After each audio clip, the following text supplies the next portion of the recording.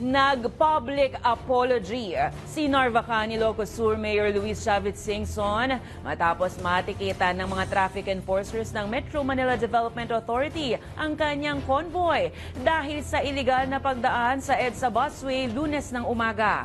2 sasakyan ang nahuli ng ahensya na napatawan ng 5,000 pesos na penalty. Sakay si Singson ng kanyang armored vehicle kasama isang SUV. Paliwanag nito, hindi umano sinasadya ng kanyang driver na mag-overtake kaya napunta sila sa bus lane. Sinabi pa ng opisyal na mamimigay siya ng 100,000 piso sa mga MMDA enforcers bilang pasasalamat dahil nakita nila ang paglabag ng kanyang team sa batas trapiko.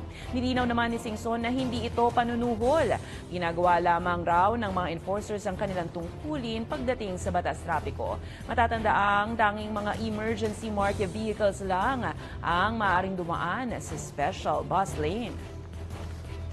Hindi dapat tularan. And my congratulations sa mga tiga MMD na nakahuli. Hindi po ako galit doon. Bigyan ko sila ng reward. Baka kala lagay, hindi.